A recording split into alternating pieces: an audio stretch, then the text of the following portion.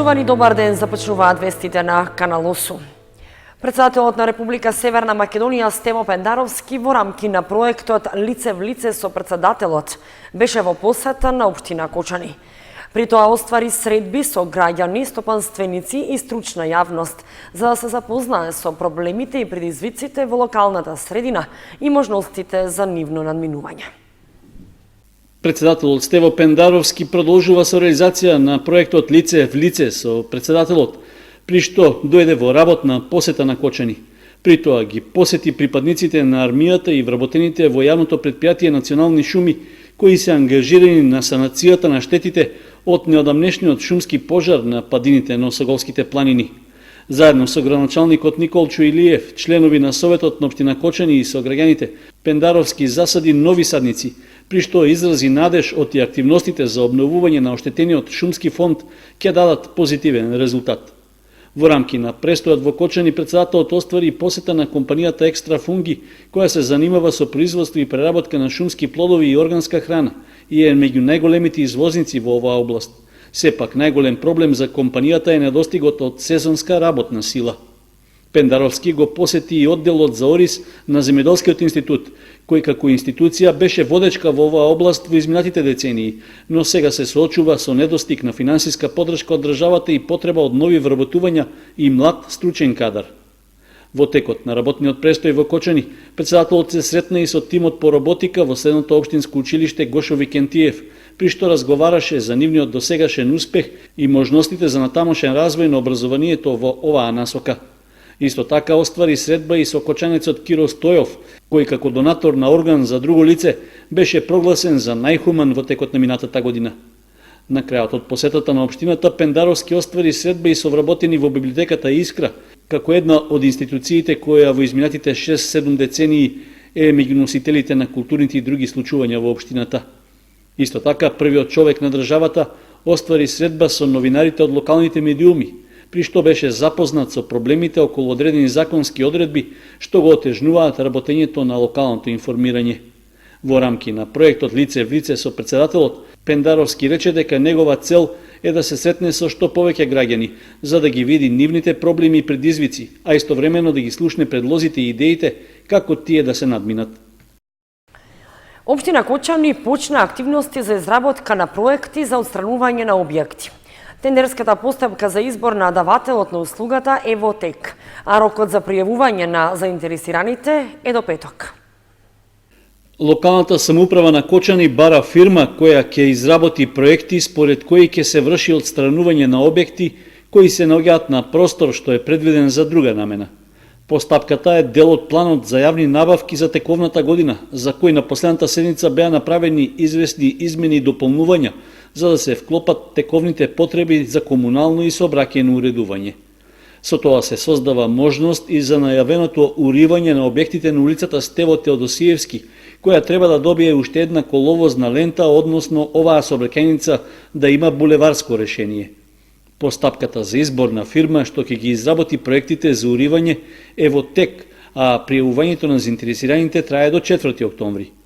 Парите за оваа намена се обезбедени од општинскиот буџет, а со нив ќе се плаќа за извршување на услугата за период од 12 месеци, односно до крајот на идната година.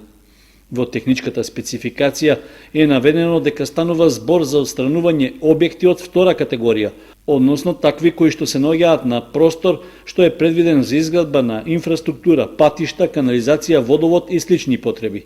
При тоа планирано е да се отстрануваат два вида објекти, односно со површина до 100 и до 200 метри квадратни.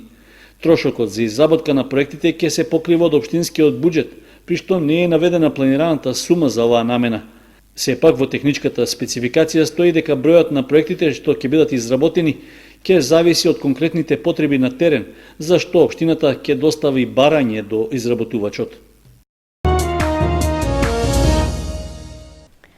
Промоцијата на делото богатство запишано во времето ги отвори деновите на Кочанскиот ОРИС. Во наредните денови следуваат промоции на книги, концерти и фолклорно дефиле. Со промоцијата на втората книга од едицијата Богатство запишано во времето од Киро Герасимов започна 28-то издание на манифестацијата Денови на Кочанскиот ОРИС. Делото содржи 43 репортажи, новинарски записи и белешки за настани, луѓе, места од минатото на Кочани, претходно објавени на различни локални и национални медиуми. Посебно место во книгата Герасимов им отстапува на кочанци, кои со својата мисла и дело оставиле вистински траги во локалната историја. Записите за нив се оригинални, пренесени автентично, според нивните раскажувања. Во оваа книга се запишани и настани од театарското живење на Кочани, а простор им е отстапен и на здравствените работници и на спортистите преку нивните клубови. Книгата ги чува и фолклорните традиции на кочанците и македонците во Словенија, опишани преку работата на Македонското фолклорно друштво и Линден. Отпечатена е со средства програмата за култура на општина Кочани за 2019 година. Со вечерашнава промоција на книгата Богатство запишано во времето, всушност се отвараат и годинешниве денови на Кочанскиот ориз 2019 година. Оваа книга е втора книга од едицијата Богатство запишано во времето, која за разлика од претходната книга е збогатена со уште едно поглавје. Имено книгата е составена од 7 поглавја: Кочани низ историјата, историски вистини, траги оставени од времето, здравство, музика и театар, фолклорни традиции и седмото поглавје спорт. Можам да кажам дека оваа книга представува големо богатство, бидејќи во него се поместени статиите и записите кои што новинарот, публицист, поет, новинар ги собирал, Киро Герасимов ги собирал наназад со години и ги објавувал во разни електронски и печатени медиуми. Значајна е оваа книга доста затоа што во неа се поместени не само историските факти за Кочани и Кочанско, туку во неа се поместени личностите кои што оставиле свој белег на овие простори, а исто така се запишани голем дел од настаните кои што веќе можеби и се подзаборавени и од постарите кочанци, а помладите не се ни сеќаваат на тие настани. Представува едно богат извор за истражување во иднина на сите оние кои што ќе се занимаваат со истражување на Кочани и Кочанско од сите аспекти кои што се поместени во оваа книга. Во програмата на манифестацијата Денови на Оризот, в среда на 2 октомври ќе се одржи фестивалот на детски песни музички бранови, а за четврток, 3 октомври, се планирани 2 настана. Едниот во 12 часот во библиотеката Искра, каде што ќе бидат промовирани 4 книги од магистер Драган Георгиевски, кустос советник, запишано фолклорно богатство од Кратовско. Во 19 часот во Центарот за култура Бели Мугри, концерт ќе одржи Основното музичко училиште Ристо Јоруков. В петок на 4 октомври во 18 часот во библиотеката Искра ќе се одржи Балканска поетска средба, а во 19 часот ќе биде промовирана книга за Оризот од Зоран Поповик и Оливера Поповик од Република Србија. Во 20 часот во паркот на Револуцијата концерт ќе одржат Салса и Пунто Куба Србија. Централните настани ќе се одржат в сабота на 5 октомври во 10 часот и 30 минути на Институтот за Ориз. Традиционално зажнејување, а во 11:30 во Централното градско подрачје ќе се одржи дефиле на фолклорни групи. Во 12:30 во паркот на Револуцијата доделување признанија и награди и настап на фолклорни групи и презентација на традиционална храна. Во вечерниот термин во 21:30 во Центарот за култура концерт македонски и светски евергрин мелодии Девана Нардели и Огнен Здравковски со Долче Дуа. Организатор на манифестацијата е општина Кочани. Карикатурите од 7 светски карикатуристи се дел од изложбата насловена Трагачи по парадокси, со чие отворање стартуваше 11-тото возобновено издание на фестивалот за хумор и сатира Инвиница Веритас. Врвните светски карикатуристи во улога на трагачи по парадокси преку своите дела раскажуваат филмски приказни, пишувајќи нова историја, трагајќи по некои нови парадокси, докажувајќи дека карикатурата е најмокното оружје на човековиот интелект, а со тоа испишаа и една нова историја на фестивалот за хумор и сатира Инвиница Веритас, што пак ни дава за право да кажеме ин карикатура Веритас. Со прогласувањето на победниците од 11-тиот конкурс за карикатура Трагачи по парадокси, стартуваше фестивалот Инвиница Веритас. Годинава навистина беше една од потешките теми и за наша среќа, наистина сум пресреќен, ние добивме толку квалитетни карикатури од врвни мајстори, односно од оние топ 10 карикатуристи во светот, скоро 7 карикатуристи има испратени своји карикатури и навистина беше задоволство да се прелистуваат, да се гледаат овие карикатури и јас сум сигурен, а и после во разговорот со членовите на жирито, сите тие беа на сладки маки кому да ги дат овие награди, иако морам да кажам дека уште во првиот дел се издвои карикатурата, победничката карикатура на Игор Смирнов, но навистина за другите награди, за специјалните награди, за второ и трето место, имаше голема конкуренција.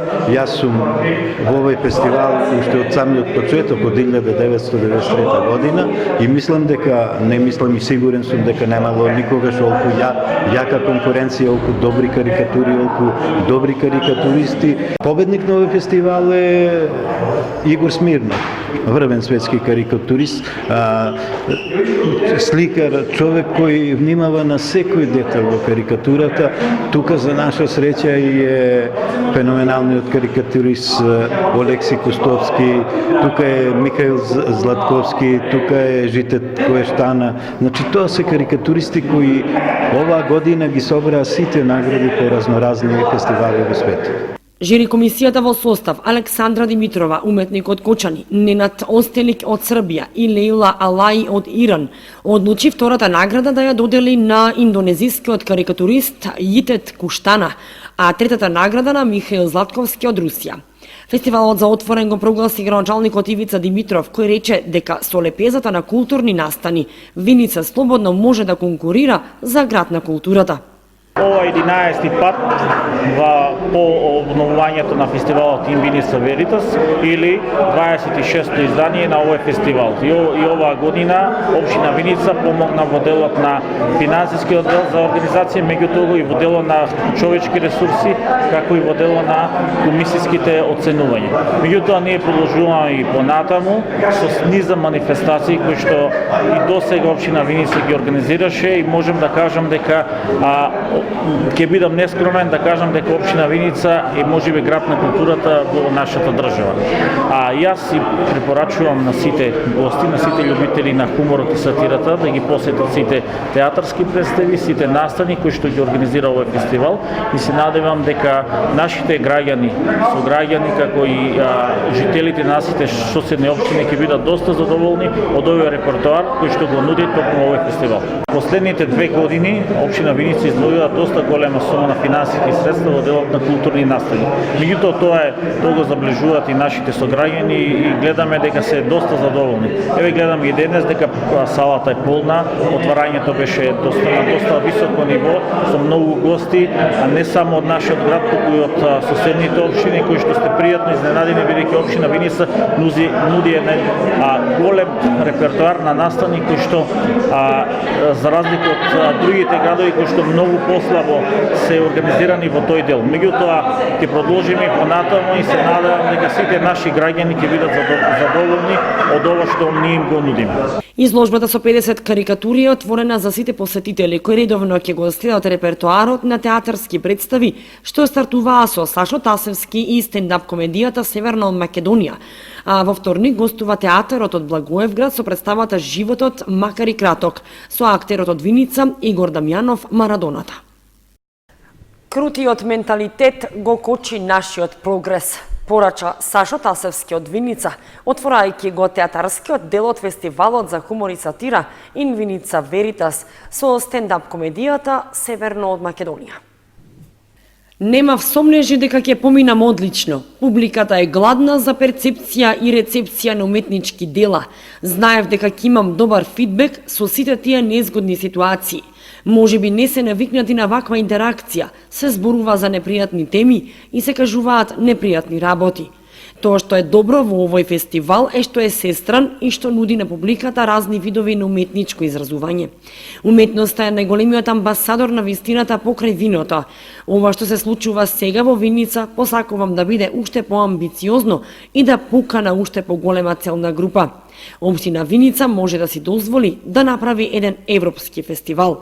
Порача Сашо Тасевски, кој со стендап комедијата Северна од Македонија го отвори театарскиот дел од фестивалот In Vinica Veritas. Повеќе од еден час Сашо комично, сатирично, вулгарно ги детектираше сите аномалии на нашето општествено, политичко и културно секојдневие.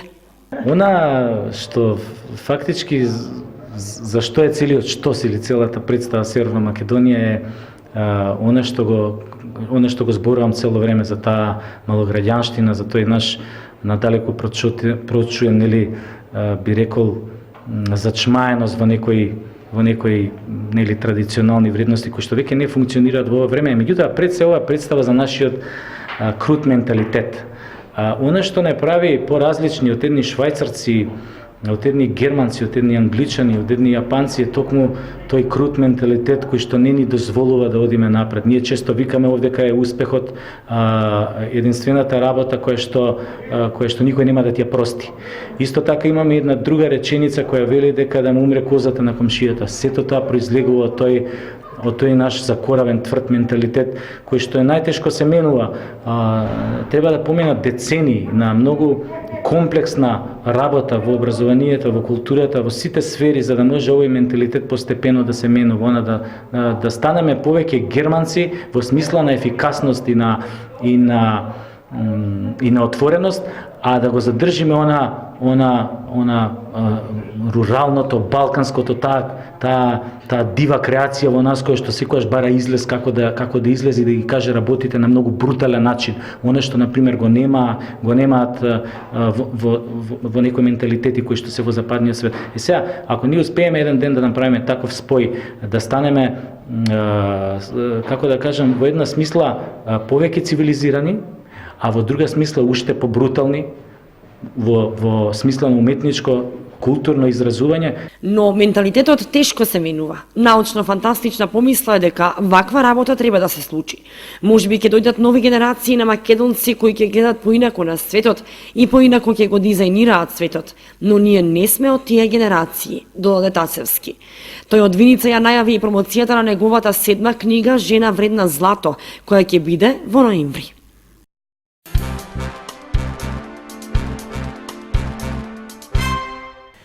Филмот Медена земја, кој досега освои 18 меѓународни награди и учествуваше на повеќе од 50 светски филмски фестивали и е во трка за најдобар документарец на европските филмски награди, ќе се прикажува и во Кочани. Граѓаните ќе имаат можност да го погледнат на 18, 19 и 20 октомври во 20 часот. Медена земја, најнаградуваниот македонски документарец и годинешниот македонски кандидат за Оскар на 18, 19 и 20 октомври ќе се прикажува во Кочани. Медена земја е потресен документарец за начин на живот што исчезнува. Документарецот кој освои 3 награди на годинешниот Санденс благородно потикнува на коегзистирање за животот во деликатна рамнотежа со природата. Но и исто така станува нешто повеќе. Застрашувачка слика на тоа колку брзо и лесно може да се наруши тој баланс, напиша филмскиот критичар Джастин Ченг за едно од најпознатите светски списанија Лос Анџелес Тайм. Филмот досега освои 18 меѓународни награди и учествуваше на повеќе од 50 светски филмски фестивали и е во трка за најдобар документарец на европските филмски награди. Земи половина од медот, половина остави за пчелите. По ова правило за баланс со природата се води Атидже, последната жена одгледувач на диви пчели во Европа, која живее сама со својата мајка во Централна Македонија. Но кога во незиното соседство ќе се досели номадско семејство пчелари, таа се соочува со сериозен предизвик да ги спаси пчелите и да ја зачува природната рамнотежа на земјата. А ако еден го прекраши правилото, сите ја плаќаат цената. Режисери се Љубо Стефанов и Тамара Котевска, музика Фолтин. Во Кочани во Центарот за култура Бели Мугри ќе биде прикажан на 18, 19 и 20 октомври во 20 часот, а влезницата изнесува 100 денари.